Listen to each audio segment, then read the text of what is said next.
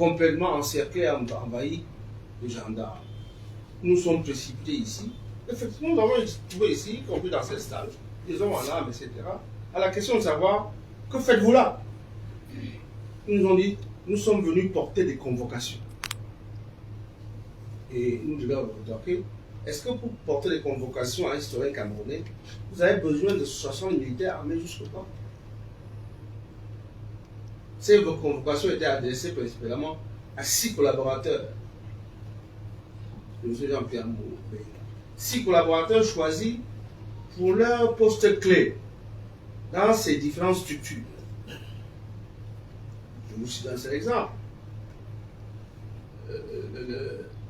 La responsable de la banque, qui est la seule qui a la signature auprès de la BERD pour sortir de l'argent. Il y a ce qui est sa directive de communication, qui est celle qui exprime, n'est-ce pas, le point de vue du groupe. Et puis un certain nombre de collaborateurs du président. Il se trouve qu'ils étaient convoqués par la commission mise d'enquête mise en place par le président de la République. On les y a accompagnés. Ils ont été reçus par la commission. Ils ont été entendus.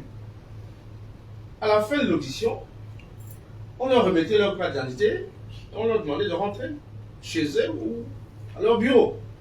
Sauf que lorsqu'ils sont descendus, ils ont descendu les escaliers, il y avait un groupe de gendarmes qui les attendait là-bas. On les a pris. On les a d'abord enfermés dans une salle qu'ils appellent salle des opérations, et en plus on les a transformés à ce stade-là pour une destination inconnue de nous. Il a fallu qu'on fasse quelques démarches pour savoir qu'en fait, on les a amenés au Camp Yaya, où se trouvent, n'est-ce pas, les cellules, n'est-ce pas, du CED. Ils y ont été auditionnés.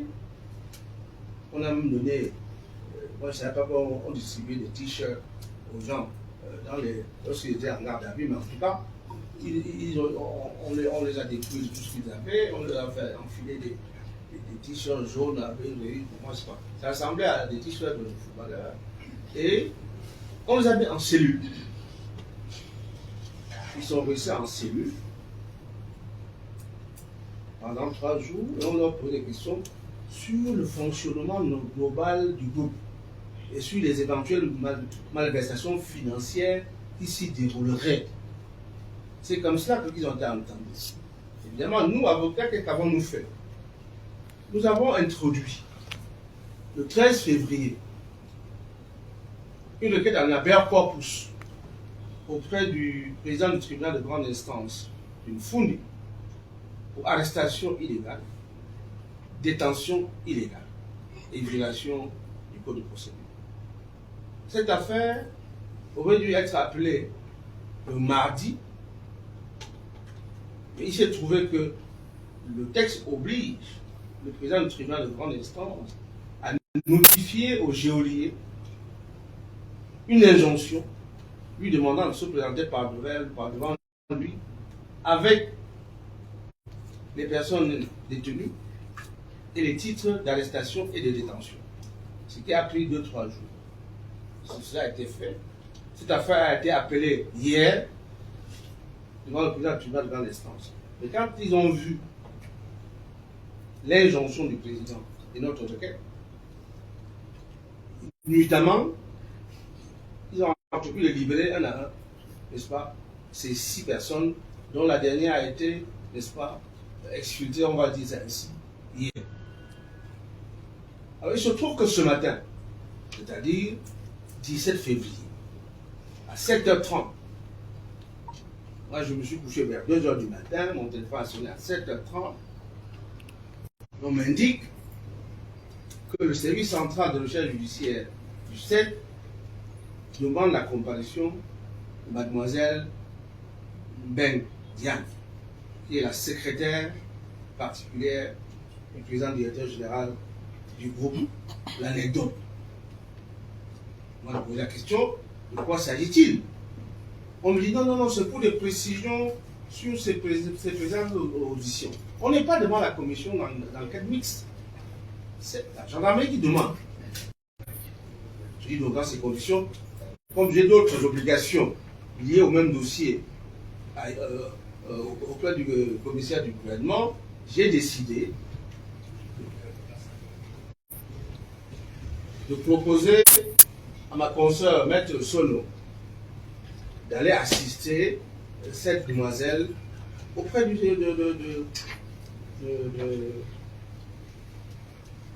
l'enquête où elle avait été convoquée. Le président Gomez Charles Guigny, que j'ai introduit tout à l'heure, et même toujours qui arrive, qui arrive, donc le collectif est complet. Elle y est allée. Elle pensait qu'elle était convoquée dans la suite des enquêtes concernant les malversations éventuelles du groupe, etc. Sauf que lorsqu'elle arrive là-bas, ma consoeur, comme une bonne professionnelle, elle regarde le papier qui est sur la page sur mon table là. Elle voit enquête, assassinat, Martinez, Zogo et autres. Elle pose la question au lieutenant-colonel, nous sommes précisément dans le cadre de quelle procédure? Et lui de répondre, non, ici dans le cas de la procédure de l'assassinat Martinez. Donc, mais enfin, la commission mixte d'enquête siège autrement.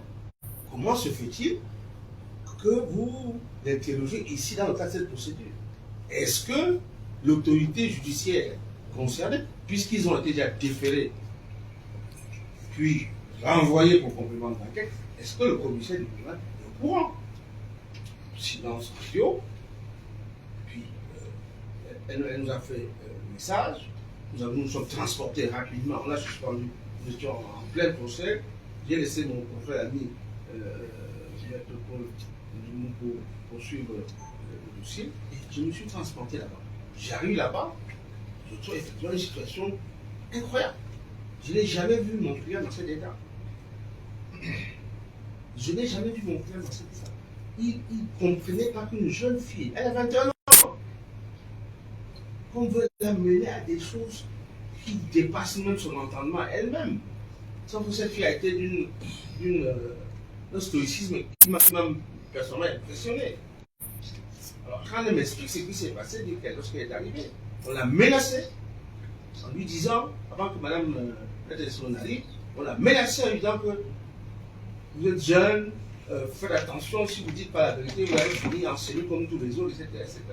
Donc, dès qu'elle est arrivée, ils ont baissé le ton et, à sa grande surprise, qui est-ce qu'on amène? Le colonel Ndawe. Le colonel Ndawe, qui évidemment a dû avoir une nouvelle inspiration, il a changé de scénario. Il ne dit plus qu'il avait donné les images à M. Amoubenga et qu'il était très content de voir ces images-là. Il dit plutôt que non, il a transféré les images dans le téléphone de la petite Ben Diane. Alors, elle est tombée de nues. Elle dit, écoutez, moi je suis en train de parler, voici mon téléphone. C'est en prenant, on a ouvert son téléphone à la date de 10, c'est-à-dire le 17 et 18, il n'y a rien. On n'a rien vu. Alors, je quitte, je pars du 7, je fonce directement sur le commissaire du gouvernement. Et j'ai dit, monsieur le commissaire du gouvernement, ce n'est pas une chose grave, hein, cette affaire. Maintenant, il y a une nouvelle enquête parallèle qui aurait été ouverte au service central judiciaire du 7. Est-ce que le cadre juridique de l'affaire a changé? Première question. Deuxième question. Est-ce que vous avez donné des instructions? Quand vous faites un choix, fait le tour, vous demandez qu'on vérifie telle chose. Est-ce que vous avez demandé qu'on ouvre une nouvelle procédure parallèle à la procédure prescrite par le président de la République au 7? J'ai vu un monsieur décontenancé. Il était surpris par l'information parce qu'en fait, je lui donnais l'information. Pour le reste, vous savez très bien que je n'ai pas le droit de dire les choses qui se font derrière. Mais voilà la situation dans laquelle nous nous trouvons. Nous nous trouvons avec une enquête présidentielle qui a été prescrite le 22. Et le 17 février, on se retrouve avec une enquête parallèle ouverte avec un nouveau scénario qui est bien loin du scénario de Reporters sans frontières. Qui est bien loin n'est-ce pas, du scénario de mes amis d'Equinox.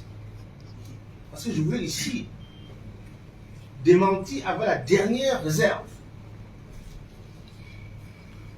Le direct fait par M. Zogo d'Equinox, où il affirme que le commandant Soul, que le colonel Soul aurait négocié la sécurité de sa famille et qu'en contrepartie, il aurait fait des déclarations enfonçant, confirmant en tout point les déclarations du colonel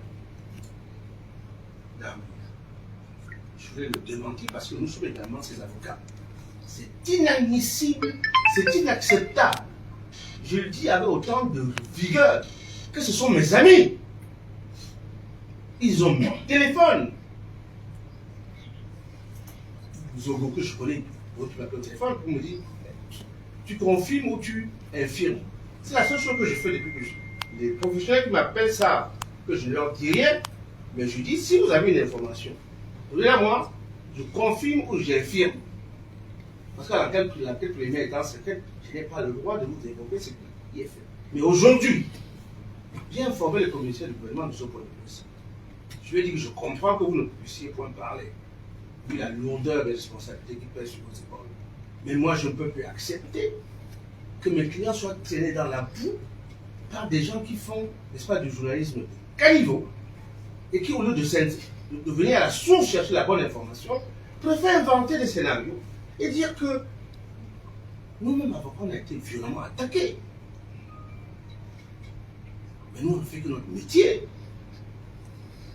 Mais désormais, on va se battre à armes égales parce que nous avons décidé de communiquer dans le cadre de ce dossier et de dire ce qu'il y a dans ce dossier. Ce détournement de procédure est une rébellion vis-à-vis de la décision présidentielle. Le président de la République a mis en place une commission mixte police-gendarmerie. Nous constatons que c'est devenu une affaire de la gendarmerie.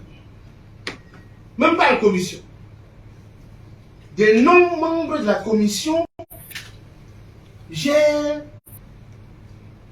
une procédure parallèle à celle prescrite par le chef de l'État. Sommes-nous encore au Cameroun? C'est la question. Nous avons posé le problème également. Nous attendons les réponses. Nous attendons les réponses. Et comme je l'ai dit précédemment, ceux qui s'amusent avec la vérité ne perdent rien à attendre.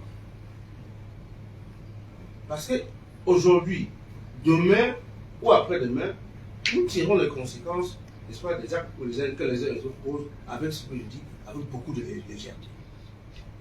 Si vous saviez ce que nous savons dans ce dossier,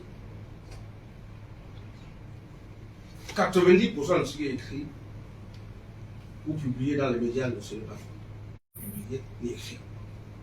Parce que la vérité se trouve bien loin de tout cela. Et je veux terminer pour dire ceci en vous remerciant d'être venu. Est-ce que vous trouvez normal que pour un crime qui est commis le 17, le 6 février, on continue de parler de flagrance pour casser les portes des gens, pour perquisitionner sans mandat, pour arrêter les gens avec des armes de guerre? Est-ce que vous trouvez normal, rendu ce jour, 17 février, que nous autres qui sommes avocats dans l'affaire, nous ne sommes pas les seuls de Europe, puisque les autres mises en cause aussi ont leurs avocats, que nous ne sachions même pas où se trouve la scène de crime? Vous trouvez ça normal? Alors même qu'il résulte du dossier que les acteurs ont indiqué là où elle se trouve.